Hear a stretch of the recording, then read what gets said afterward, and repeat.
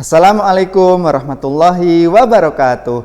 Apa kabar kalian semuanya? Semoga dalam lindungan Allah Subhanahu wa Ta'ala.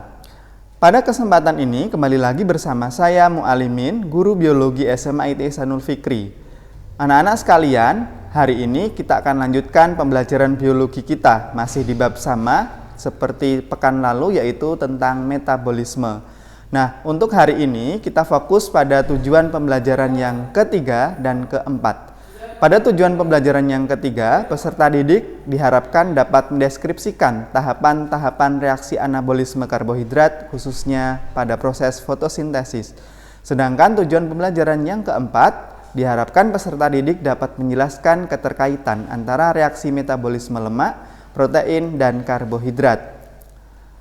Sebelum saya lanjutkan, akan saya singgung pembelajaran di pekan lalu. Kita sudah membahas tentang salah satu jenis reaksi metabolisme.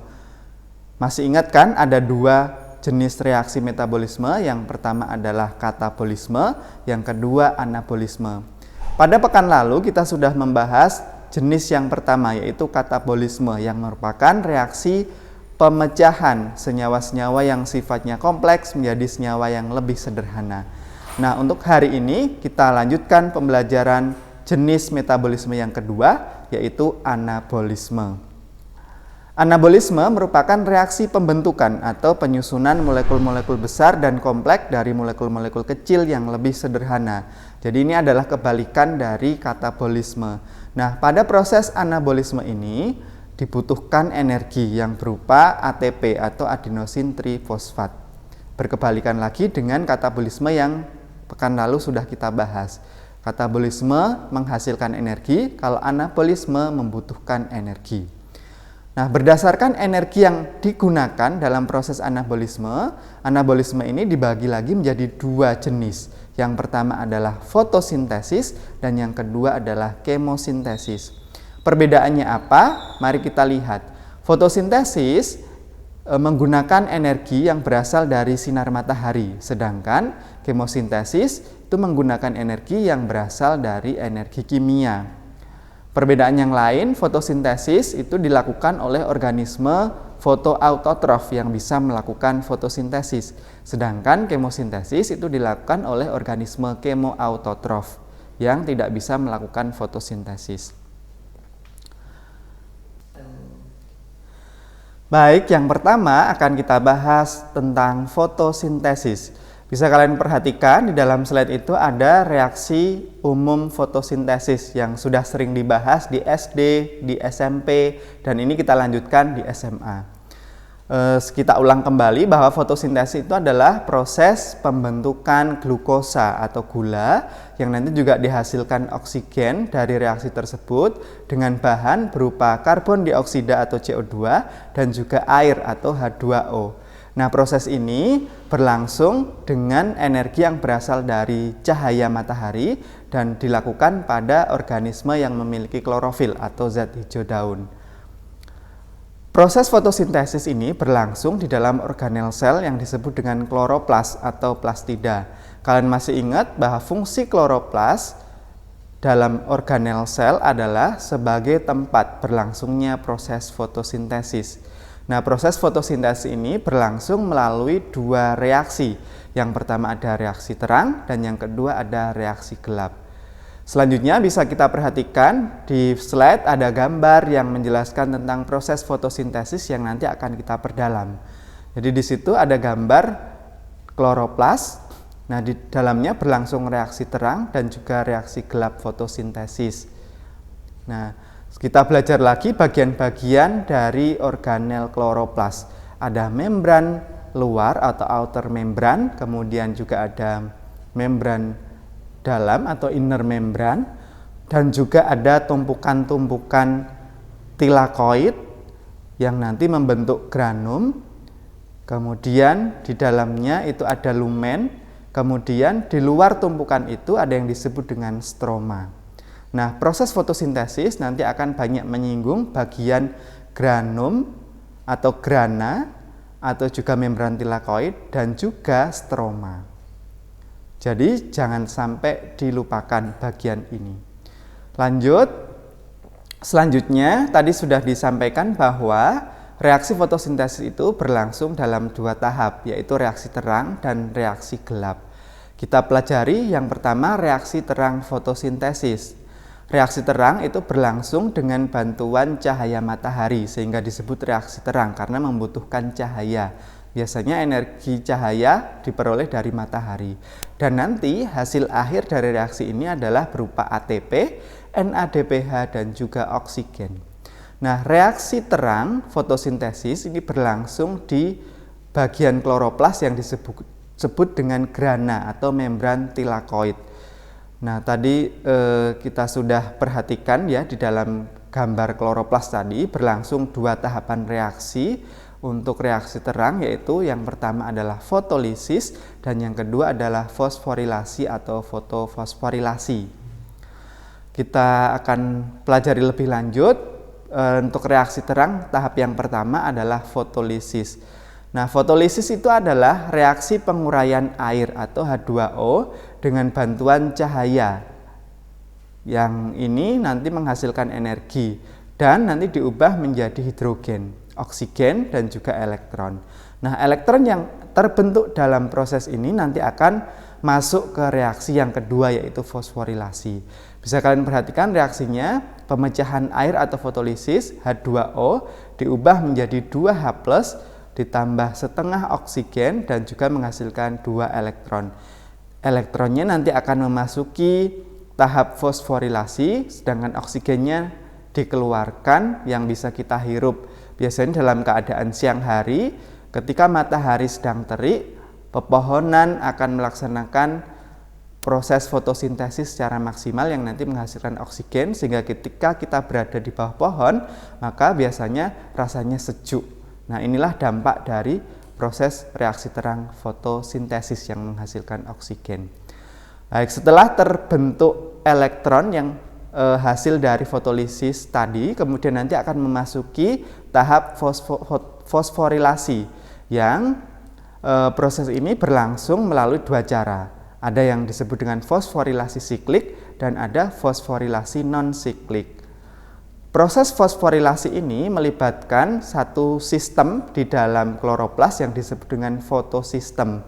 Fotosistem itu apa? Fotosistem itu adalah satu unit penangkap energi cahaya matahari atau foton.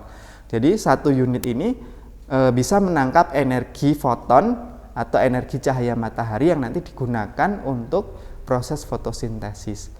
Nah, ada dua jenis fotosistem di dalam kloroplas. Yang pertama adalah fotosistem 1 atau disebut dengan P700. Fotosistem ini mampu menangkap energi foton atau energi cahaya matahari dengan panjang gelombang 700. Sedangkan yang jenis kedua adalah fotosistem 2 yang disebut nama lainnya adalah P680 karena mampu menangkap energi cahaya atau foton 680. Selanjutnya bisa kalian cermati di dalam gambar disajikan itu ada fotosistem 1 dan fotosistem 2 yang dipakai untuk menangkap energi cahaya atau energi foton yang nanti digunakan dalam proses reaksi terang fotosintesis. Lanjut ke slide berikutnya. Tadi sudah dijelaskan ada dua jenis fosforilasi ya. Ada fosforilasi siklik dan fosforilasi non-siklik. Perbedaannya apa? Kita akan bahas satu persatu. Fosforilasi siklik itu hanya terjadi pada fotosistem 1. Dia hanya melibatkan fotosistem 1 yang tadi mampu menangkap panjang gelombang cahaya 700. Nah, proses berlangsungnya fosforilasi siklik itu adalah elektron yang dilepaskan dari P700 atau fotosistem 1 ini kemudian akan berpindah dari akseptor 1 ke akseptor lainnya melalui proses yang namanya transfer elektron. Dan kemudian nanti akan kembali lagi ke fotosistem 1. Jadi elektron berpindah dari fotosistem 1 kemudian ke akseptor elektron lainnya, kemudian kembali lagi ke fotosistem 1. Jadi hanya melibatkan fotosistem 1 itu disebut dengan fosforilasi siklik. Nah, dalam proses ini nanti akan dihasilkan hasil berupa ATP. Nah, selanjutnya yang fosforilasi non-siklik itu terjadinya tidak hanya pada fotosistem 1, tapi juga melibatkan fotosistem 2 yang mampu menangkap cahaya foton yang panjangnya 680. Nah, selanjutnya elektron dari P680 atau fotosistem 2 ini akan ditransport menuju ke fotosistem 1 atau P700 dan tidak akan kembali lagi ke P680 atau fotosistem 2. Jadi dalam proses fosforilasi non-siklik ini, dari fotosistem 2 ditransfer ke elektronnya ke akseptor elektron yang lain, kemudian nanti dia akan menuju ke fotosistem 1, P700 dan tidak akan kembali ke fotosistem 2. Nah, dalam proses fosforilasi non-siklik ini nanti akan dihasilkan NADPH, ATP, dan juga oksigen. Jadi sudah bisa membedakan fosforilasi siklik dan non-siklik. Kalau belum, coba kita perhatikan tabel berikut yang membedakan fosforilasi siklik dan non-siklik. Perbedaan pertama dari jenis fotosistem yang digunakan, tadi sudah disinggung bahwa kalau siklik dia hanya melibatkan fotosistem 1. Kalau non-siklik melibatkan fotosistem 1 dan juga fotosistem 2. Kemudian perbedaan yang lain bisa kita lihat dari produk yang dihasilkan. Pada fosforilasi siklik hanya dihasilkan ATP, sedangkan pada fosforilasi non-siklik dihasilkan NADPH, ATP, dan juga oksigen. Kemudian pada fosforilasi siklik ini tidak membutuhkan fotolisis air, tidak terjadi fotolisis air, sedangkan pada fosforilasi non-siklik terjadi fotolisis air. Nah, untuk prosesnya fosforilasi siklik tadi elektron dari fotosistem 1 melalui sistem transfer elektron akan dikembalikan lagi ke fotosistem 1. Jadi fotosistem 1 berpindah elektronnya kembali lagi ke fotosistem 1. Sedangkan kalau fosforilasi non-siklik, elektron dari fotosistem 2 melalui transfer elektron akan menuju ke fotosistem 1 dan tidak akan kembali lagi ke fotosistem 2. Itulah perbedaan fosforilasi siklik dan non-siklik. Nah, tadi sudah kita singgung yang reaksi terang, saya ulang kembali. Reaksi terang itu ada 2 tahapan reaksi. Yang pertama adalah fotolisis air, yang kedua adalah fosforilasi. Ada yang berlangsung secara siklik dan juga non-siklik. Nah, selanjutnya reaksi berikutnya dalam fotosintesis setelah reaksi terang adalah reaksi gelap. Nah, pada proses reaksi gelap ini dia tidak membutuhkan bantuan cahaya matahari, maka disebut dengan reaksi gelap karena tidak memerlukan cahaya matahari. Dan pada akhir proses nanti akan dihasilkan tujuan dari proses fotosintesis sendiri, yaitu glukosa atau secara kimia rumusnya adalah C6H12O6. Nah, proses reaksi gelap ini berlangsung di bagian kloroplas yang disebut dengan stroma. Adapun bahan yang digunakan adalah ATP dan NADPH hasil dari reaksi terang yang tadi sudah kita bahas sebelumnya. Nah, proses reaksi gelap fotosintesis ini berlangsung melalui 3 tahap reaksi atau nanti membentuk siklus yang disebut dengan siklus Kelvin-Benson. Proses yang pertama namanya adalah fiksasi. Fiksasi itu artinya pengikatan, yang diikat adalah karbon dioksida atau CO2, sedangkan yang mengikat itu adalah namanya ribulosa bifosfat atau RUBP, yang nanti hasil pengikatan CO2 oleh RUBP ini akan menghasilkan asam fosfogliserat atau disebut dengan PGA atau APG singkatannya. Oke, itu tahap reaksi gelap atau siklus Kelvin-Benson yang pertama, namanya fiksasi. Setelah proses fiksasi akan dilanjutkan tahapan yang kedua, namanya adalah reduksi, yaitu pengubahan PGA menjadi fosfogliseraldehyde atau disingkat PGAL. Nah, pada proses ini ATP dan NADPH akan digunakan yang merupakan hasil dari reaksi terang tadi yang sudah kita bahas. Kemudian dari akhir proses reduksi ini nanti akan dihasilkan senyawa fosfogliseraldehyde sebanyak 12 molekul. Nah, 12 molekul ini nanti 2 PGAL-nya akan digunakan untuk membentuk glukosa, sedangkan 10 PGAL-nya akan dipakai untuk tahapan reaksi yang ketiga yang disebut dengan regenerasi. Nah, pada proses reaksi yang ketiga atau regenerasi ini merupakan proses pembentukan kembali RUBP. Masih ingat RUBP, ribulosa bifosfat, tadi dipakai untuk tahapan reaksi yang pertama, yaitu memfiksasi CO2. Nah, pada proses ini ATP juga digunakan. Karena membentuk siklus perputaran, maka disebut dengan siklus Kelvin-Benson yang gambarnya bisa kalian perhatikan pada slide berikutnya. Ini merupakan proses siklus Kelvin-Benson pada reaksi gelap fotosintesis. Kita ulang kembali, tadi reaksi yang pertama namanya adalah fiksasi. Coba ditunjukkan fiksasi. Fiksasi itu adalah proses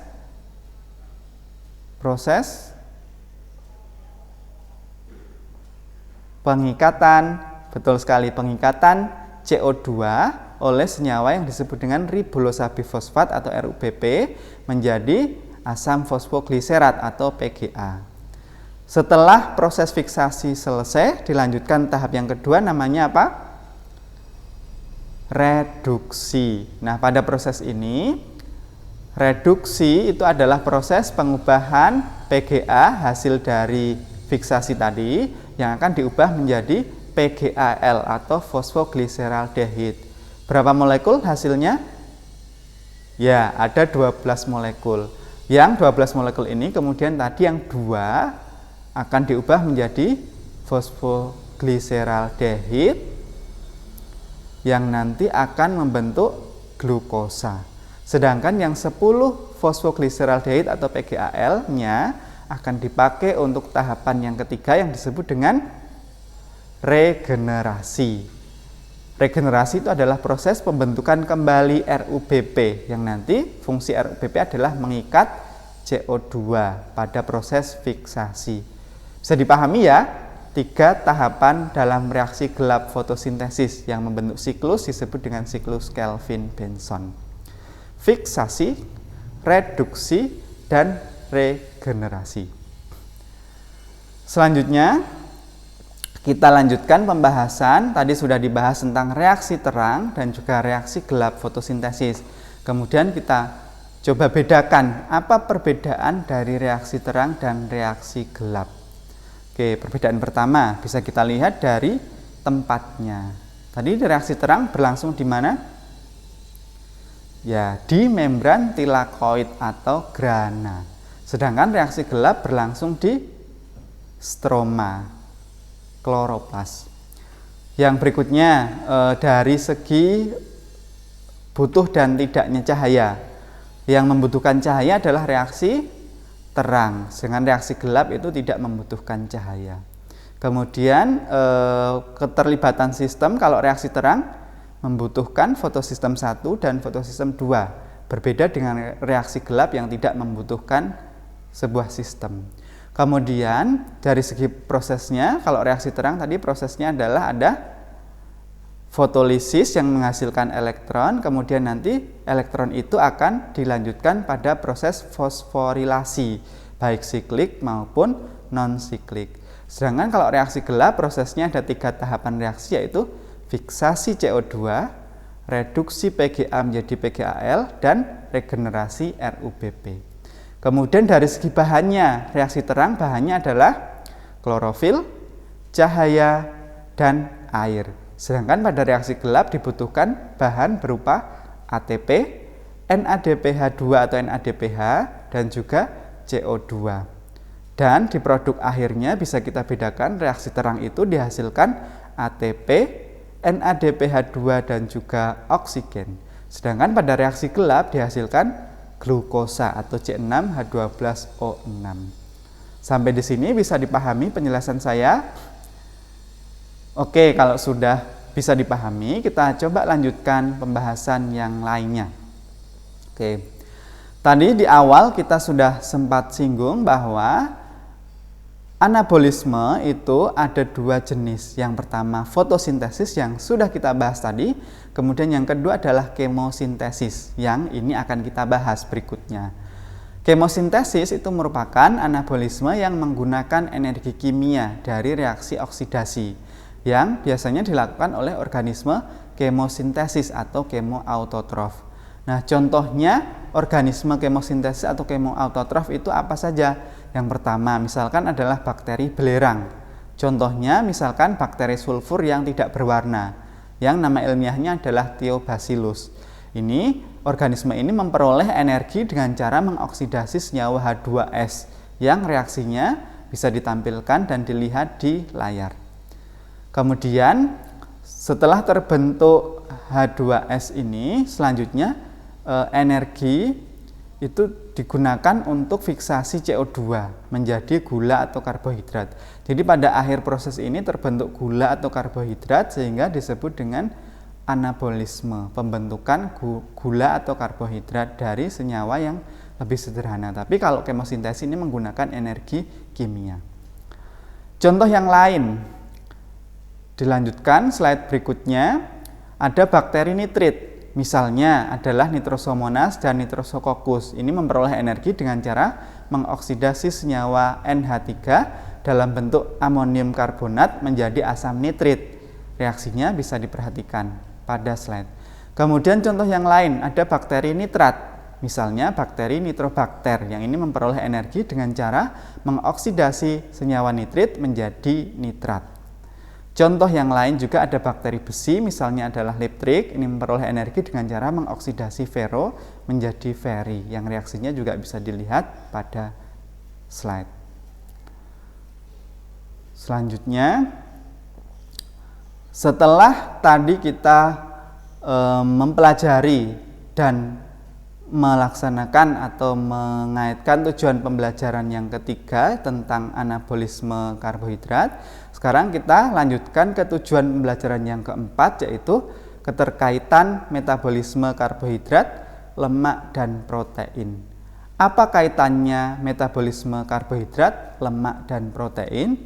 Coba kalian perhatikan pada gambar yang ditampilkan pada slide.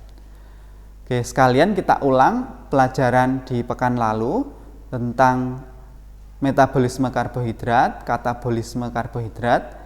Kemarin masih ingat bahwa ada 4 tahap reaksi. Karbohidrat itu dipecah atau disederhanakan terlebih dahulu menjadi senyawa glukosa atau gula melalui sistem pencernaan kita, yang kemudian nanti masuk ke dalam sel dan akan melanjutkan respirasi seluler, yang ada 4 tahapan reaksi. Yang pertama adalah glikolisis, yaitu pengubahan glukosa menjadi asam pirufat. Selanjutnya dekarboksilasi oksidatif, asam pirufat diubah menjadi asetil CoA. Kemudian tahap yang ketiga adalah siklus Krebs, asetil CoA hasil dari DO masuk ke dalam siklus dan nanti dihasilkan energi yang jumlahnya 34. Selanjutnya energi yang dihasilkan adalah 2 ATP, kemudian 6 NADH, 2 FADH2, dan juga 4 CO2. Yang selanjutnya nanti akan memasuki transport elektron atau fosforilasi oksidatif, NADH dan juga FADH2 hasil dari glikolisis, siklus Krebs maupun dekarboksilasi oksidatif. Yang selanjutnya, setelah kita belajar tentang metabolisme karbohidrat yang prosesnya ada 4 tahapan reaksi tadi, kemudian kita lanjutkan bagaimana dengan lemak dan protein. Kalian masih ingat di pelajaran kelas 11 di sistem pencernaan bahwa selain karbohidrat, lemak dan protein itu juga bisa digunakan sebagai sumber energi. Energi yang dimaksud adalah berupa ATP atau adenosin trifosfat yang bisa kita gunakan untuk aktivitas kehidupan kita sehari-hari. Nah, lemak itu bisa juga dipecah menjadi energi. Caranya bagaimana? Caranya adalah lemak yang masuk ke dalam tubuh itu akan dipecah terlebih dahulu menjadi senyawa asam lemak dan gliserol melalui sistem pencernaan. Nah, selanjutnya asam lemak dan gliserol ini akan memasuki ke dalam sel, yang selanjutnya gliserol ini akan diubah menjadi gliseraldehid 3-fosfat. Itu adalah senyawa antara pada proses glikolisis. Nah, setelah menjadi gliseraldehid 3-fosfat, nanti akan dilanjutkan ke tahap berikutnya pada metabolisme karbohidrat. Berarti menjadi asam pirufat, kemudian menjadi asetil CoA, masuk siklus Krebs dan ditransfer elektron, sehingga nanti dihasilkan ATP. Kemudian asam lemaknya bagaimana? Asam lemak hasil pemecahan lemak itu nanti akan dioksidasi melalui proses yang disebut dengan oksidasi beta, dan hasil dari oksidasi beta asam lemak ini adalah asetil CoA. Asetil CoA setelah terbentuk nanti akan dilanjutkan masuk ke dalam siklus Krebs, kemudian transfer elektron, dan nanti akan dihasilkan energi berupa ATP. Bisa dipahami? Itulah pemecahan lemak sehingga terbentuk ATP. Yang selanjutnya, kalau protein seperti apa? Nah, protein ini juga bisa dijadikan sebagai sumber energi. Yang terlebih dahulu protein ini harus dipecah menjadi senyawa asam amino melalui proses pencernaan makanan. Nah, selanjutnya asam amino ini perlu dilepaskan gugus aminanya, karena sifat dari asam amino ini gugus aminanya bersifat sebagai racun. Karena bersifat sebagai racun yang kalau tidak dikeluarkan akan meracuni tubuh, maka perlu direaksikan sehingga nanti gugus amina ini akan dikeluarkan melalui urin dalam bentuk urea. Kemudian asam amino setelah gugus aminanya dihilangkan itu nanti akan melalui atau masuk ke dalam metabolisme seperti layaknya karbohidrat dan lemak tadi. Nah, untuk jenis asam amino glukogenik ini nanti akan diubah menjadi asam pirufat yang nanti akan memasuki jalur metabolisme karbohidrat. Kemudian untuk asam amino yang jenis ketogenik ini akan diubah menjadi asetil CoA yang dapat memasuki jalur metabolisme lemak. Sedangkan asam amino yang tidak dalam dua jenis yang disebutkan di depan tadi, yaitu yang non glukogenik dan non ketogenik, misalnya adalah asam glutamat, ini nanti akan dideaminasi dan langsung akan memasuki siklus Krebs. Nah, ketika sudah memasuki tahapan-tahapan ini, maka nanti akan dilanjutkan ke tahap berikutnya sehingga dihasilkan ATP. Demikianlah keterkaitan antara metabolisme karbohidrat, lemak, dan protein.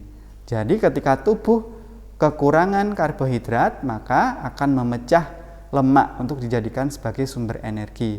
Demikian juga ketika kekurangan lemak dan karbohidrat, maka protein yang ada di dalam tubuh juga akan bisa digunakan sebagai sumber energi. Nah, demikianlah pembahasan kita di kesempatan hari ini. Yang sudah kita bahas tadi ada tentang fotosintesis atau reaksi anabolisme yang dilanjutkan dengan keterkaitan antara metabolisme karbohidrat, lemak, dan protein. Nah, untuk pekan depan pembelajaran akan kita lanjutkan dengan percobaan yang berkaitan dengan metabolisme.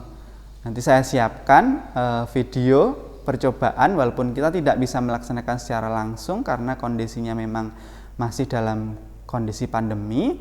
Nanti bisa kalian perhatikan melihat tayangan videonya terlebih dahulu. Nah, nanti di kesempatan yang lain ketika kita sudah bertemu bisa kita praktikkan percobaan tersebut. Yang nanti kita praktekkan ada percobaan tentang enzim katalase, kemudian percobaan respirasi anaerob atau fermentasi, kemudian juga ada percobaan fotosintesis Sachs dan percobaan fotosintesis Ingenhousz. Nah, demikian pembelajaran yang bisa kita laksanakan hari ini. Terima kasih atas perhatian kalian semuanya dan mohon maaf apabila banyak kesalahan dan kekurangan dari saya. Kita tutup dengan baca hamdalah dan doa penutup majelis. Alhamdulillahirabbil alamin. Subhanaka Allahumma wa bihamdika asyhadu an la ilaha illa anta astaghfiruka wa atubu ilaik. Sampai jumpa minggu depan. Wassalamualaikum warahmatullahi wabarakatuh.